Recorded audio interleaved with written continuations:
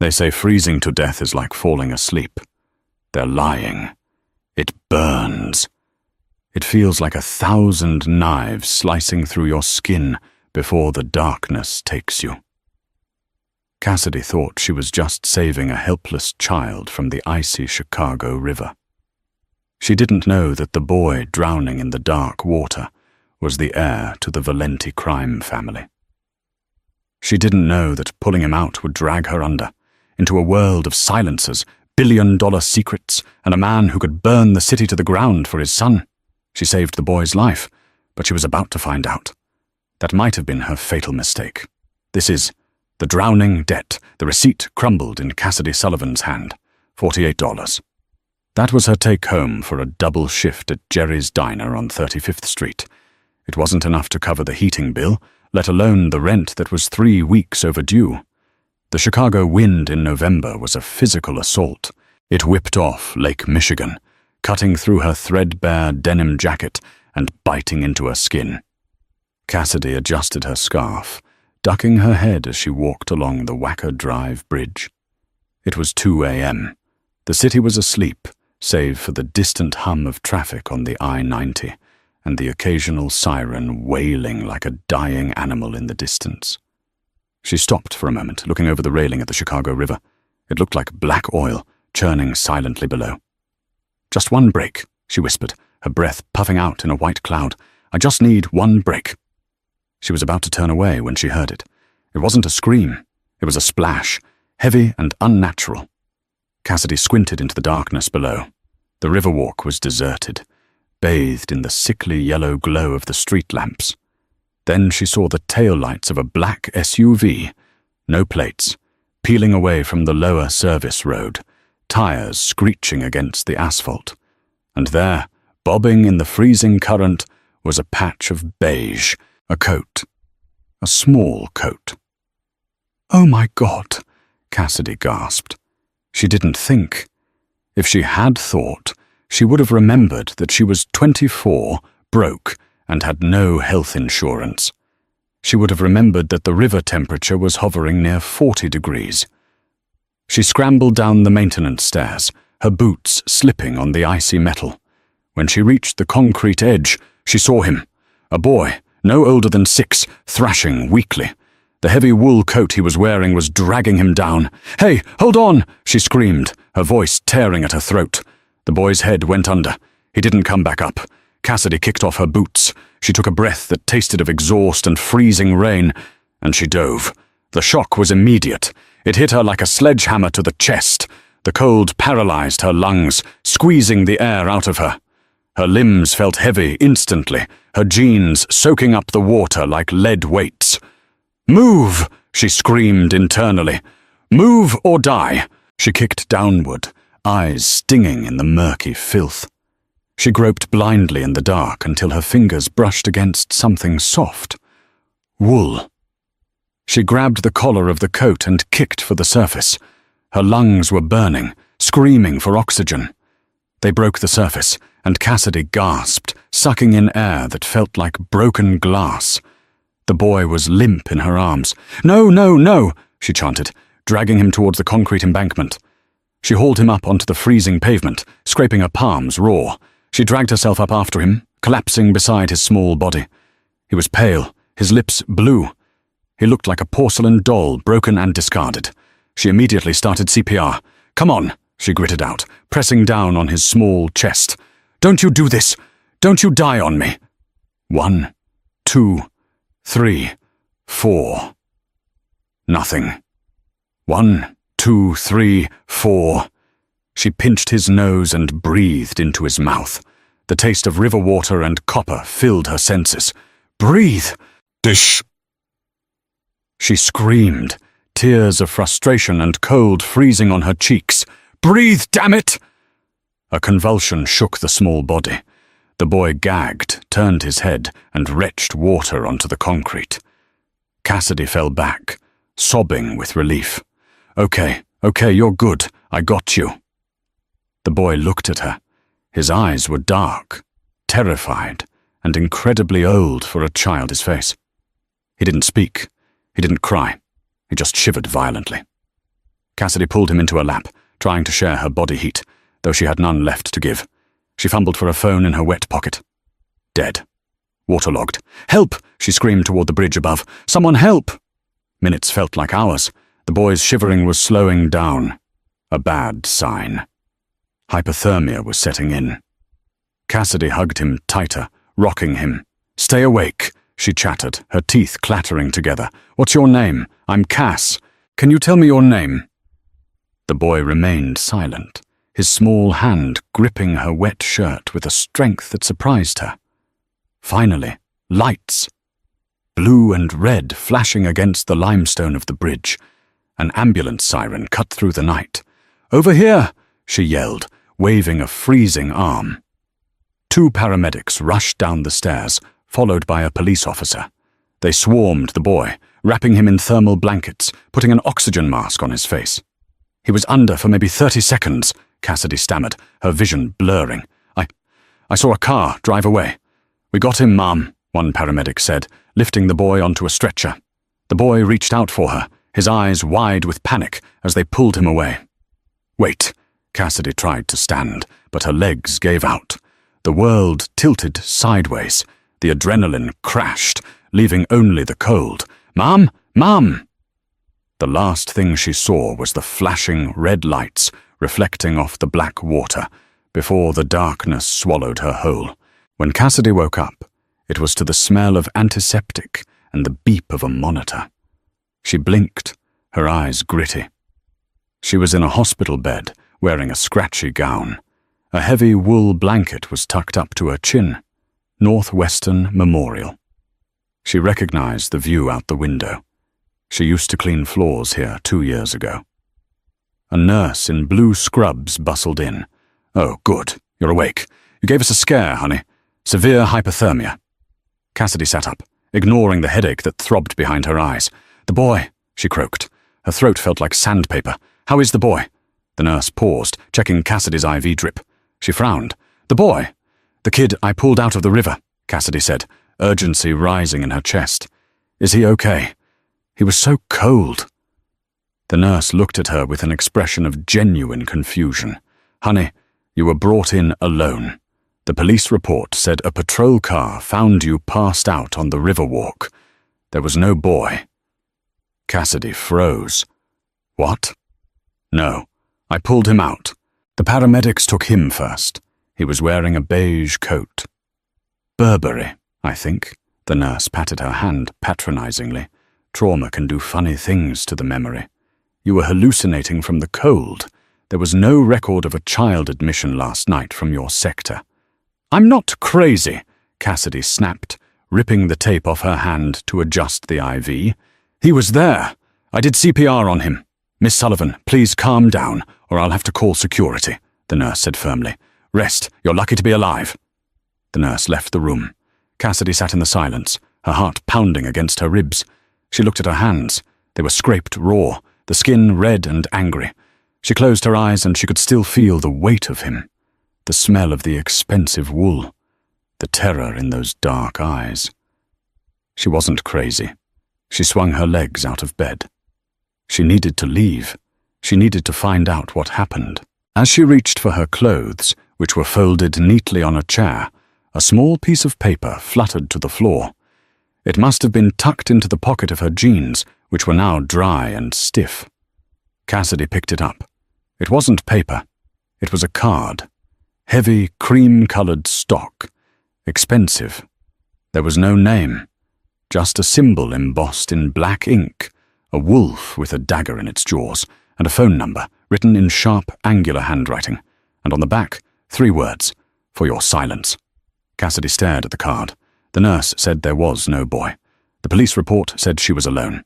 But someone had put this in her pocket while she was unconscious. She wasn't crazy. She had saved someone important. And apparently someone very powerful wanted the world to think that boy was dead. 3 days later, Cassidy was back at Sal's pit stop. She hadn't called the number. She had shoved the card into a jewelry box, an old cigar box under her bed, and tried to forget it.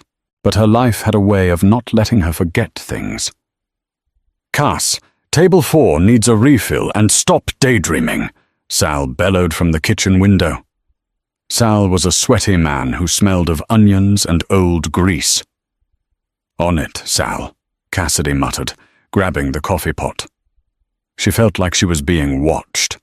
She had felt it ever since she left the hospital, a prickly sensation on the back of her neck. When she walked home, she saw cars slowing down. When she was in her apartment, she heard footsteps in the hallway that stopped right outside her door. She poured coffee for a trucker who winked at her. She ignored him.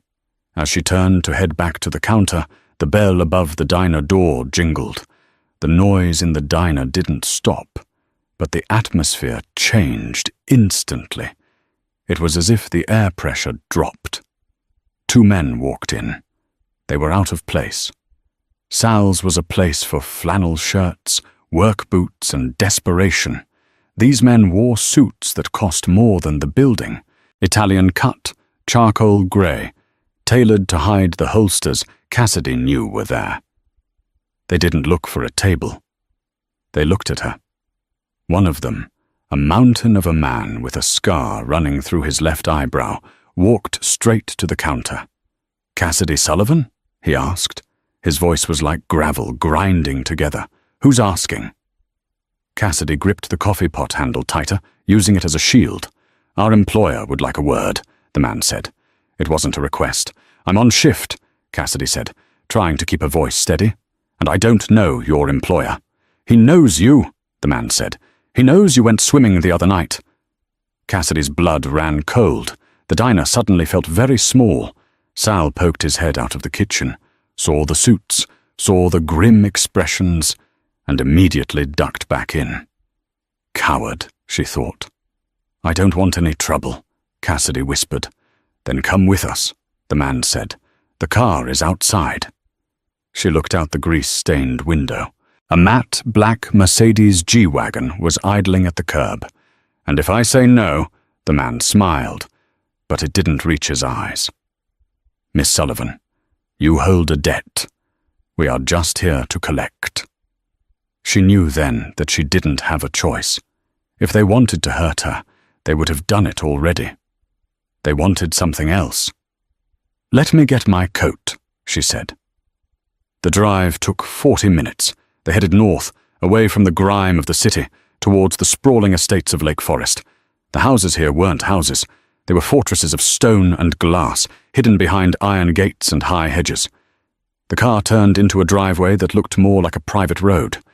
They passed a security checkpoint, where armed guards nodded at the driver. The estate that came into view was terrifyingly beautiful. It was a modern Gothic manor, dark stone and sharp angles looming against the grey sky. The car stopped. The scarred man opened her door.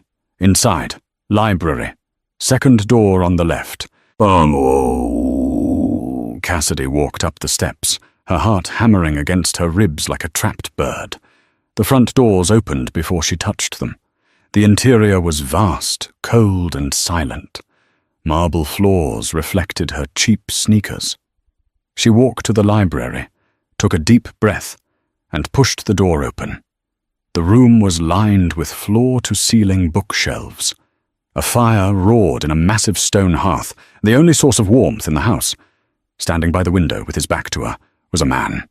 He was tall, with broad shoulders that strained against his white dress shirt. He held a tumbler of amber liquid in one hand. "Sit," he commanded. His voice was low, baritone, and vibrated through the room. Cassidy remained standing. "I prefer to stand." The man turned around. Cassidy's breath hitched. He was devastatingly handsome, in a way that was almost painful to look at.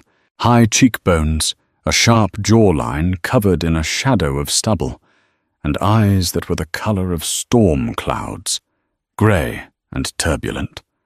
But his face was etched with exhaustion and a simmering, controlled rage. This was Dante Valenti. She knew the face. Everyone in Chicago knew the face, though usually it was on the news regarding alleged racketeering charges that never stuck, or charity galas that were fronts for money laundering. The head of the Valenti crime syndicate, the Capo Dei Capi. "You are younger than I expected," Dante said, his eyes scanning her, dissecting her. "And poorer. I work for a living, Cassidy snapped, her fear momentarily replaced by defensiveness, unlike some people. Dante's eyes narrowed. He took a sip of his drink. You have a sharp tongue. Be careful not to cut yourself with it. He walked over to a desk and picked up a tablet. He tapped the screen and turned it toward her. It was a grainy video. Security footage. It showed the Riverwalk. It showed the boy falling. It showed Cassidy diving in. It showed her saving him.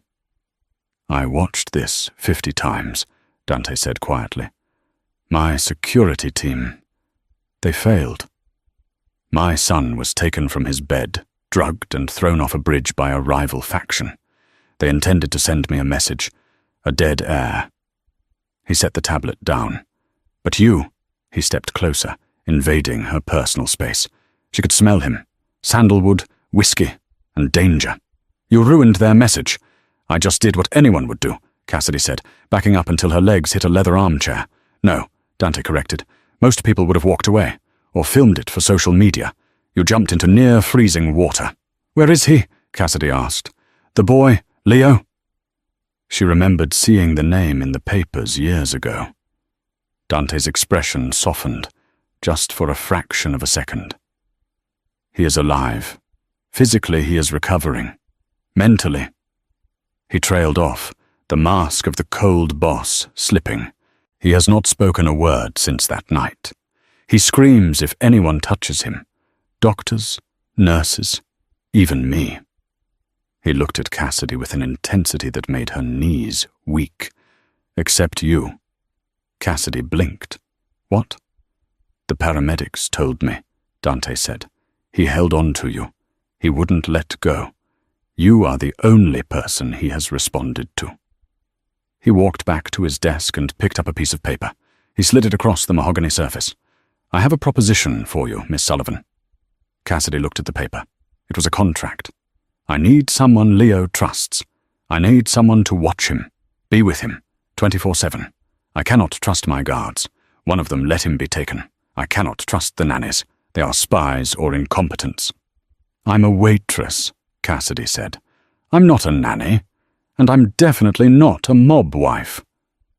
Dante's lip curled in a dry amusement. I am not asking for a wife. I am asking for a caretaker. He pointed to the bottom of the page. The salary is $10,000 a month, plus room and board here, plus full health insurance. Cassidy's jaw dropped. 10,000. That changed everything. That was her debt paid. That was a new life. And if I refuse, then you leave, Dante said coldly, and you go back to your diner and your overdue rent and your empty life, and you hope that the men who threw my son off that bridge don't find out that you are the witness who saw their car. The threat hung in the air. It wasn't a threat from him. It was a statement of fact. She was already involved. Why me? She asked softly. Because you saved him, Dante said, his voice dropping to a whisper, and because I owe you a debt. A Valenti always pays his debts. Cassidy looked at the contract. She looked at Dante, this dangerous, broken man. She thought of the little boy with the terrified eyes. She picked up the pen. I have conditions, she said. Dante raised an eyebrow. You are in no position to negotiate, Miss Sullivan. I want no guns around the boy, she said firmly, and I want to be able to leave the property on weekends. Dante studied her for a long moment. Then he nodded once. Agreed. Cassidy signed her name. Welcome to the family, Cassidy, Dante said. The way he said her name, like it was a secret he was keeping, sent a shiver down her spine. Now come. Leo is waiting. The Valenti estate was beautiful, but it was a tomb. That was Cassidy's first assessment after 48 hours inside the walls. The floors were marble that chilled her feet through her socks. The silence was heavy, broken only by the rhythmic ticking of grandfather clocks that cost more than her entire life's earnings. Her room was adjacent to Leo's suite. It was luxurious, a 4-poster bed, silk sheets, a bathroom with a tub the size of a swimming pool, but the windows were made of bulletproof glass and the door locked from the outside as well as the inside. She wasn't a guest. She was a high-paid prisoner. Cassidy stood in the doorway of Leo's room. The boy was sitting on the floor, surrounded by untouched toys, Lego sets, remote-controlled cars, tablets. He was staring at the wall, rocking slightly back and forth. "Hey, Leo," Cassidy said softly, sitting down on the carpet a few feet away. She didn't crowd him. She learned that quickly. If she got too close, he flinched. Leo didn't look at her. "I brought you something," she whispered. She reached into her pocket and pulled out a small, cheap plastic object. It was a fidget spinner, bright neon green. It looked ridiculous against the Persian rug. "Found it in my bag. Used to help me think when the diner got loud." She spun it. Whirr! The sound cut through the silence. Leo stopped rocking. His dark eyes flickered towards the spinning green blur. "You can try it," she said, sliding it across the floor. He stared at it until it stopped spinning. Then, with a trembling hand, he reached out. He flicked it. It spun again. A tiny, almost imperceptible breath of relief escaped him. "Mrs. Sullivan?" Cassidy jumped. A woman was standing in the doorway. It was Greta, the head housekeeper. She was a severe woman in her 60s, with hair pulled back so tight it looked painful. She looked at Cassidy with thinly veiled disdain. "It's Miss Sullivan," Cassidy corrected, standing up. "Mr. Valenti requests your presence in the dining room. Dinner is served," Greta said stiffly. "Leo will eat in his room as usual." "No," Cassidy said. Greta blinked. "Excuse me." "Leo eats with his father," Cassidy said, surprising herself with her own boldness. "He's terrified, Greta. Isolating him isn't helping. He needs to know he's safe." "Mr. Valenti prefers—" "I don't care what he prefers. I'm the caretaker." Cassidy walked over to Leo and held out her hand. "Leo, hungry?" The boy looked at her hand, then at the door. Then slowly he stood up and gripped her pinky finger. Greta's mouth formed a thin line, but she stepped aside. The dining room was a cavernous hall with a table long enough to seat 20. Dante sat at the head, a glass of red wine in front of him, reading a dossier. He looked up when they entered, his grey eyes widening slightly when he saw his son. "He's eating with us," Cassidy announced, pulling out a heavy oak chair for Leo right next to Dante, not at the far end. Dante looked at Cassidy, then at the terrified boy. He slowly closed the dossier. "Very well." The meal was excruciating. Servants placed plates of roast duck and truffle risotto in front of them. The silence was suffocating. Dante ate with mechanical precision. Leo picked at his food, his eyes darting around the room. "So," Cassidy said, her voice echoing too loudly, "does anyone want to talk about how the Bears are playing?" Dante stopped chewing. He looked at her as if she had just spoken alien. "I do not follow football." "Right, of course. Too busy ruling the underworld," she muttered under her breath, taking a sip of water. "I heard that," Dante said, though a hint of amusement tugged at the corner of his mouth. Suddenly a loud clatter echoed through the room.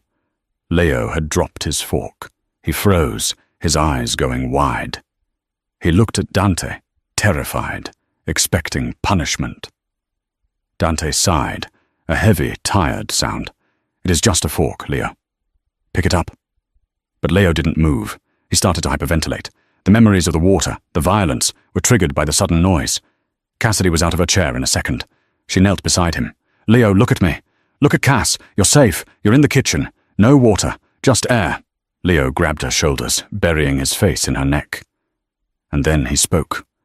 "Cold," he whispered. His voice was raspy, broken. "Daddy." "Cold." Dante froze. His wine glass hovered halfway to his mouth. He stared at his son, who was clinging to the hired help. "He spoke," Dante whispered. Cassidy rubbed Leo's back. "Yeah, he did." She looked up at Dante, her blue eyes fierce and protective. "He's not broken, Dante. He's just freezing. And this house, it's the coldest place on earth." Dante set his glass down.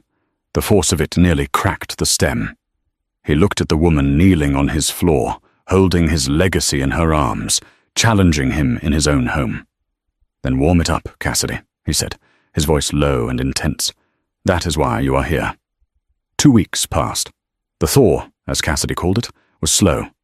Leo was sleeping better, mostly because Cassidy had started reading to him at night, cheap comic books she ordered online, doing different voices for the heroes and villains.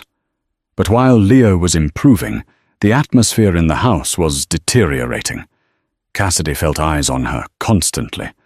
Not Dante's eyes. His were intense, calculating, but not malicious. These were different. It was the security team.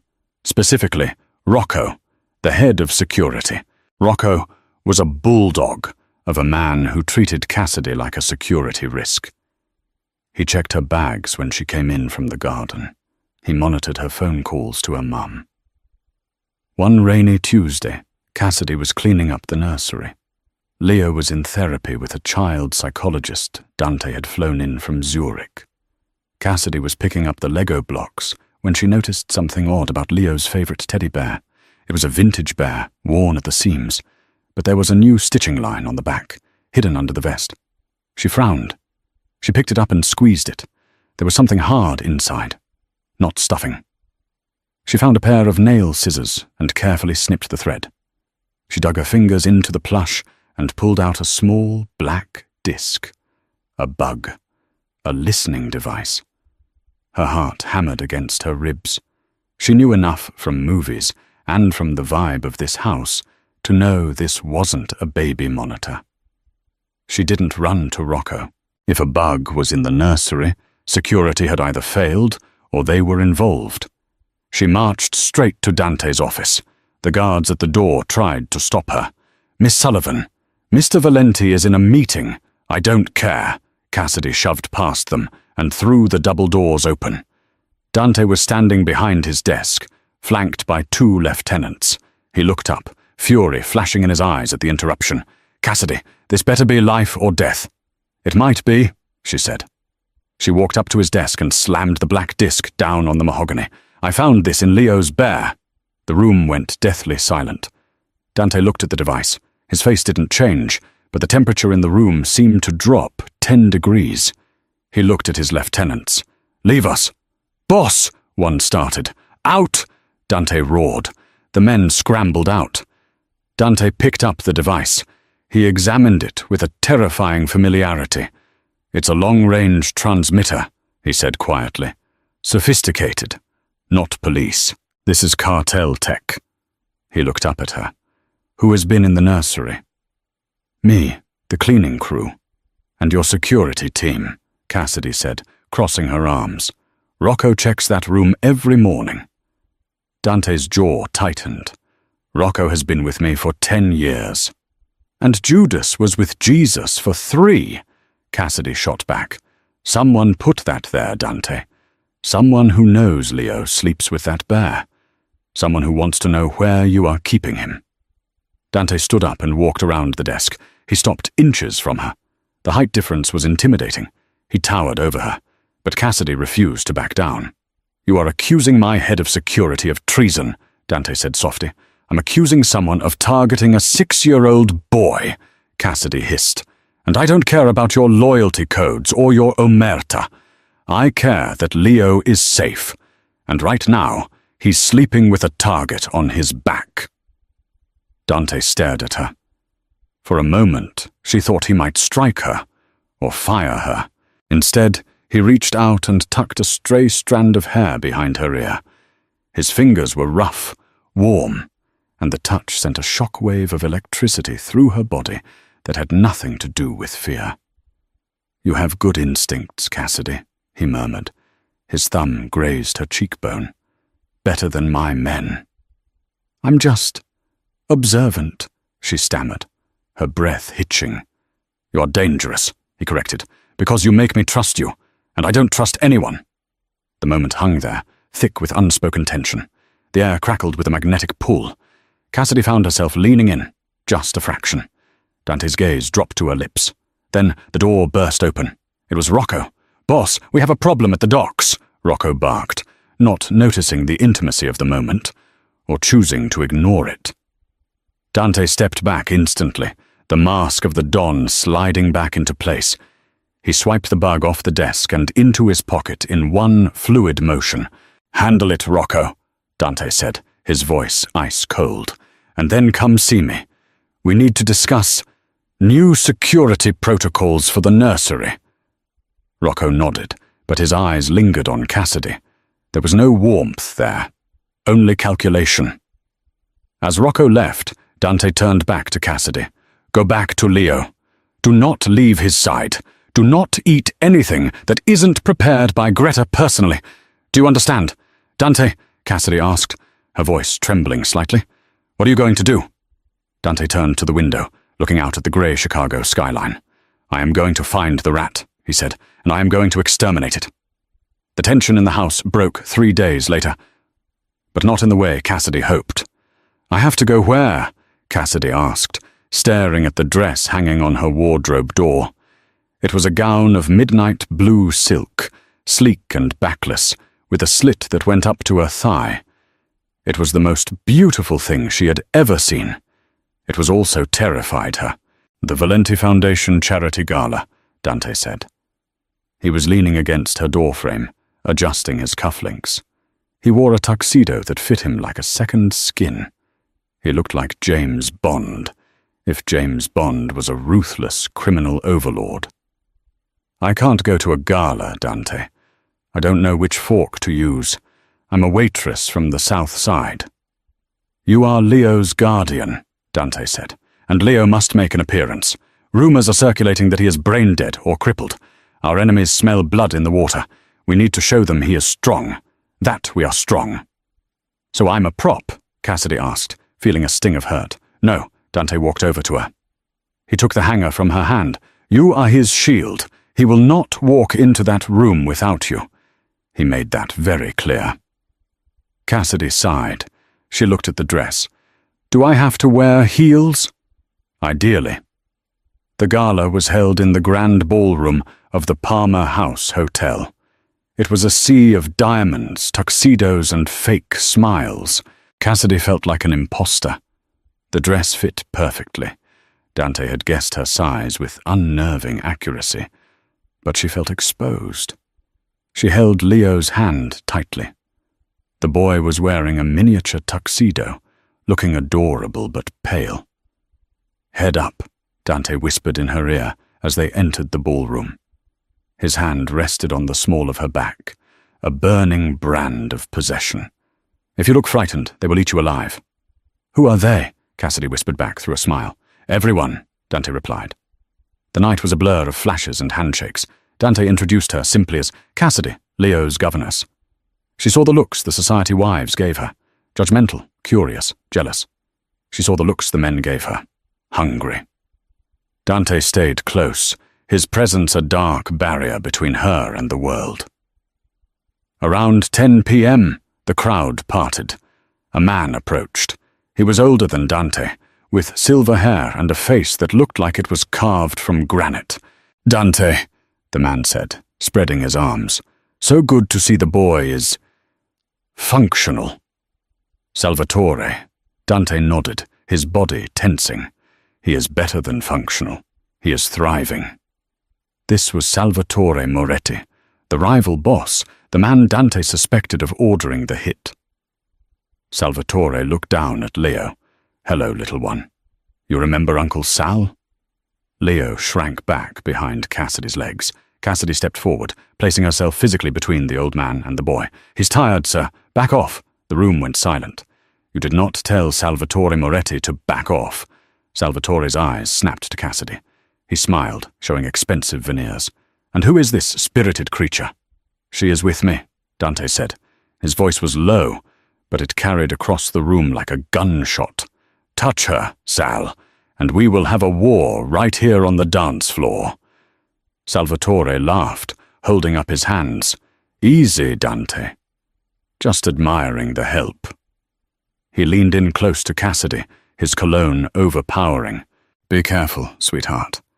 The Valentis have a history of getting their women killed." He walked away, his entourage trailing him. Cassidy was shaking.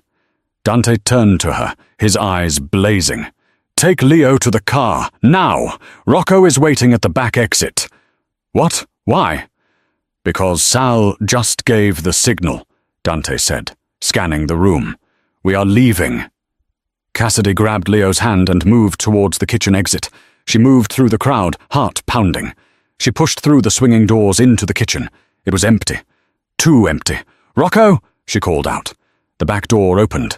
But it wasn't Rocco. It was two men in catering uniforms, wearing ski masks. They held silenced pistols. "Hand over the kid," one of them said. Cassidy shoved Leo behind a stainless steel prep table. She looked around for a weapon, a knife block, a frying pan. Anything. "I said, give us the kid." The man lunged. Cassidy didn't think. She reacted. She grabbed a pot of boiling stock off the stove and threw it. The man screamed as the scalding liquid hit his face. He fired blindly. Foot! A bullet sparked off the metal table inches from Leo's head. Cassidy grabbed a heavy cast-iron skillet. As the second man aimed, she swung it with all the strength of a woman who had carried heavy trays for 6 years. Crack! She hit his wrist. The gun skittered across the floor. "Run, Leo!" she screamed. But the first man, face red and blistering, was getting up. He raised his gun at Cassidy. "Bitch!" he snarled. Cassidy closed her eyes, waiting for the burn. Bang! The shot was loud, unsilenced. Cassidy opened her eyes. The man dropped, a hole in the center of his forehead. Standing in the doorway, smoking gun in hand, was Dante. Behind him, Rocco lay on the floor, bleeding from a knife wound to the gut. Dante walked over to the dead man and kicked the gun away. He looked at Cassidy.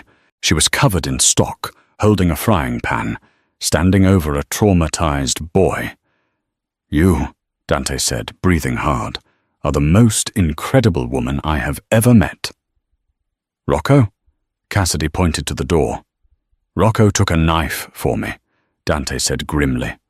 "He wasn't the rat." Dante looked at the kitchen staff entrance.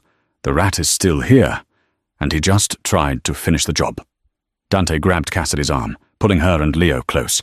"The war has started," he whispered into her hair, "and there is nowhere left to hide." The drive back to the estate was a blur of speed and silence. Dante drove the bulletproof SUV himself, his knuckles white on the steering wheel. Cassidy sat in the back, Leo asleep with his head on her lap. She stroked his hair, her hand trembling. The adrenaline from the kitchen was fading, replaced by a cold, creeping dread. When they arrived, the estate was already in lockdown. Floodlights swept the grounds. Men with assault rifles patrolled the perimeter. It looked less like a home and more like a besieged fortress. "Take Leo upstairs," Dante commanded as soon as they entered the foyer. "Lock the door. Open it for no one but me." "Dante, your hand," Cassidy said, noticing blood dripping from his sleeve. "It's a graze. Go." She didn't argue. She carried the sleeping boy up the grand staircase, her heart echoing the heavy thud of her boots on the marble. Inside the suite, she engaged the deadbolts. She laid Leo on the bed and paced the room. The house felt different tonight. The silence wasn't peaceful. It was waiting. She needed water. Her throat was parched from the smoke and screaming. The suite had a small kitchenette, but the pitcher was empty. She hesitated at the door. Open it for no one. But the hallway was clear, and the main kitchen was just down the service stairs. She unlocked the door silently. The hallway was dim. She moved towards the service staircase, the one the staff used. As she reached the landing, she heard a voice. It was a whisper, frantic and hushed, coming from the laundry chute alcove. "It's done! Rocco is down. No, Dante is alive. I can't. You promised no one would get hurt." Cassidy froze. She knew that voice. It was Greta. She pressed herself against the wall, straining to hear. "I opened the service gate," Greta hissed. "The code is 7734. Yes, the cameras are looped. Please, just don't hurt my grandson. You said you'd let him go if I planted the bug." Cassidy's hand flew to her mouth. The bug in the bear, the bad feeling she had about the housekeeper. It wasn't just dislike. It was intuition. Greta wasn't a mastermind. She was a grandmother being blackmailed. But her desperation had just opened the front door to hell. "They're coming now?" Okay. A click. The call ended. Cassidy didn't retreat to the room. There wasn't time. If the service gate was open, Salvatore's men were already on the grounds. The guards at the front gate were looking the wrong way. She turned and ran, not to Leo, but to Dante. She burst into his study. He was stitching his own arm, a bottle of whiskey open on the desk. He looked up, eyes narrowing dangerously. "I told you to stay." "Greta," Cassidy gasped out. "It's Greta. She opened the service gate. They're here." Dante didn't ask. "Are you sure?" He didn't waste a second. He grabbed a heavy handgun from his desk and hit a red button on the wall. A siren began to wail throughout the house, a low, mournful sound. "Get Leo," he said, his voice calm, terrifyingly steady. "Go to the panic room in the cellar. Do not stop." Crash. The sound came from downstairs, glass-breaking gunfire. "Too late," Dante growled. He racked the slide of his gun. "They're inside." He looked at Cassidy. For the first time, she saw fear in the eyes of the devil of Chicago. Not for himself, but for her. "Stay behind me," he ordered. "If I fall, you pick up the gun, and you shoot anything that isn't me or Leo. Can you do that?" Cassidy thought of the boy upstairs. She thought of the man standing in front of her, bleeding for his family. "Yes," she said. They moved into the hallway. It was chaos. The lights had been cut, the corridor lit only by the muzzle flashes of gunfire erupting from the foyer below. "Leo!" Cassidy screamed, sprinting toward the bedroom. She reached the door. It was ajar. Her blood turned to ice. She had locked it. "Leo!" She burst into the room. The bed was empty. The window was open, the cold November wind billowing the curtains. She ran to the window. A ladder was propped against the sill. Below, on the lawn, she saw two dark shapes dragging a small, struggling figure towards the tree line. "Dante!" she screamed, her voice tearing with raw panic. "They have him! They're taking him to the river!" Dante appeared beside her. He looked out the window, saw the figures, and his face went blank. It was a look of pure, unadulterated death. "Stay here," he said. "No." Cassidy grabbed his arm. "I can swim. You can't catch them in the water." Dante looked at her. He saw the fire in her eyes. The waitress was gone. The survivor remained. "Move," he said. They didn't take the stairs. They went out the window, sliding down the ladder the kidnappers had used. They hit the grass, running. Gunfire erupted around them. Dante returned fire, dropping a man who stepped out from the shadows. Cassidy didn't flinch. She kept her eyes on the small beige coat disappearing into the dark woods near the riverbank. They were heading for the boathouse. Salvatore wasn't just kidnapping Leo. He was going to finish what he started. He was going to drown the air where the river had failed the first time. "Cover me!" Dante yelled. He broke cover, drawing the fire of 3 men guarding the path. Cassidy used the distraction. She ducked under the low branches of the weeping willows, sprinting towards the water. Her lungs burned, her legs screamed, but she didn't slow down. She reached the boathouse just as the engine of a speedboat roared to life. The speedboat was untied, drifting away from the dock. In the stern, a massive man held Leo by the scruff of his neck. At the wheel was Salvatore Moretti himself, laughing into the wind. "Too slow, sweetheart," Salvatore yelled over the engine's roar. Cassidy stood on the edge of the dock. The boat was 10 feet away, 15. She didn't think about the cold. She didn't think about the bullets. She ran. She hit the end of the wooden dock and launched herself into the air. It was a desperate, impossible leap. Her fingers scrabbled against the slick fiberglass hull of the boat. She slammed into the side, her ribs cracking against the railing. But she held on. She dragged herself over the gunwale, gasping. "What the—" The guard holding Leo turned. Cassidy didn't have a weapon. She had rage. She kicked the guard squarely in the knee. The joint snapped with a sickening pop. The man howled and dropped Leo. "Get down, Leo!" Cassidy screamed. The boy scrambled under the dashboard. Salvatore abandoned the wheel, pulling a gold-plated revolver from his jacket. "You persistent little rat!" The boat swerved wildly, throwing Cassidy off balance. She slid across the wet deck. Salvatore aimed the gun at her chest. Click! Misfire! Cassidy scrambled for a flare gun mounted on the wall of the boat. She ripped it free. Salvatore fixed the jam and raised the gun again. "Goodbye, waitress!" Cassidy didn't aim for him. She aimed for the pile of spare fuel canisters stacked in the corner behind him. She pulled the trigger. The flare hissed through the air, a streak of red phosphorus. It hit the canister. Boom! The explosion rocked the boat. A wall of fire erupted between Cassidy and Salvatore. The old Don screamed as the heat engulfed the rear of the vessel. "Jump, Leo!" Cassidy grabbed the boy. "I can't swim!" Leo shrieked, paralyzed by the black water. "I can!" Cassidy yelled. "Trust me!" She wrapped her arms around him, shielding his head, and threw them both over the side. They hit the freezing water. The shock was just as bad as the first time. But this time, Cassidy had a mission. She kicked hard, surfacing away from the burning wreck of the boat. Debris rained down around them. The boat was a floating inferno, drifting downstream. "Hold on to me!" Cassidy gasped, treading water. "I got you!" From the shore, a spotlight hit them. Cassidy squinted against the glare. Was it Moretti's men? Was this the end?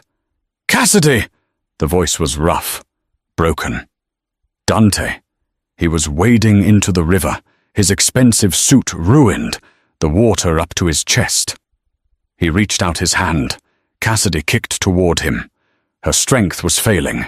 The cold was seeping into her bones, shutting her down. Dante grabbed her arm. He pulled them both toward him, crushing them against his chest. He was shaking. The invincible mafia boss was shaking. He carried them both to the bank. He collapsed on the grass, Leo sandwiched between them. "Is he dead?" Dante asked, looking at the burning boat. "He's gone," Cassidy whispered, her teeth chattering. "It's over." Dante looked down at her. Her hair was matted with river water, her dress torn, her face bruised. "You saved him," Dante said, his voice thick with emotion. "Again. That's my job," Cassidy managed a weak smile. "It's in the contract." Dante laughed. It was a dry, rusty sound, but it was real. He leaned down and pressed his forehead against hers. "Contract is void," he whispered. "Does that mean I'm fired?" "No," Dante said. He brushed a wet strand of hair from her face. "It means you're promoted. Permanent position." He kissed her. It was cold and wet, and tasted of river water and smoke, but it was the warmest thing Cassidy had ever felt. "Daddy?" They broke apart. Leo was sitting up, wrapped in Dante's jacket. He looked at the burning boat, then at Cassidy. "Did you explode the bad man?" Leo asked. Cassidy hesitated. Yeah?" Leo nodded solemnly. "Cool." Dante threw his head back and laughed, a sound of pure relief echoing into the Chicago night. 6 months later. The spring sun was warm on the terrace. Cassidy sat with a book, watching Leo chase a new puppy, a golden retriever named Spark, across the lawn. The security was still there, but it was discreet now, the fear was gone. The glass door opened. Dante walked out. He wasn't wearing a suit. He was wearing jeans and a black t-shirt. He looked 10 years younger. He placed a cup of coffee on the table and sat on the arm of her chair. "Greta's trial starts today," he said quietly. "Did she take the plea deal?" Cassidy asked. "She did. She gave up everyone in Salvatore's organization who survived the purge. She'll do 5 years in minimum security. Her grandson is safe." Cassidy nodded. "Good." Dante took her hand. On her finger was a ring, not a diamond, too cliché. It was a sapphire, deep and blue, the color of the river at night. "You know," Dante mused, looking at his son laughing in the grass, "I spent my whole life building an empire to leave to him. Money, power, soldiers. I thought that was what kept you safe." He looked at Cassidy, his grey eyes soft. "I was wrong. It's not the soldiers. It's the person who is willing to jump in the water when everyone else runs away." Cassidy squeezed his hand. "Well, don't get used to it. The water was freezing." "I know," Dante smiled. leaning down to kiss her. "I'll keep you warm." Leo ran over, the puppy barking at his heels. "Cass, Dad, Spark dug a hole." They looked at each other and smiled. It wasn't a perfect life. It was still a dangerous world. But as Cassidy looked at the two Valenti men, she knew one thing for sure. They would never drown again. And that is the story of the drowning debt. What did you think? Did Cassidy make the right choice staying with Dante? Or should she have taken the money and run? Let me know in the comments below. I read every single one. If you enjoyed this twisty mafia romance, please smash that like button. It really helps the channel grow. And if you haven't already, hit subscribe and ring the notification bell so you never miss a new story. I post new dramas every Tuesday and Friday. Thanks for watching, and I'll see you in the next video.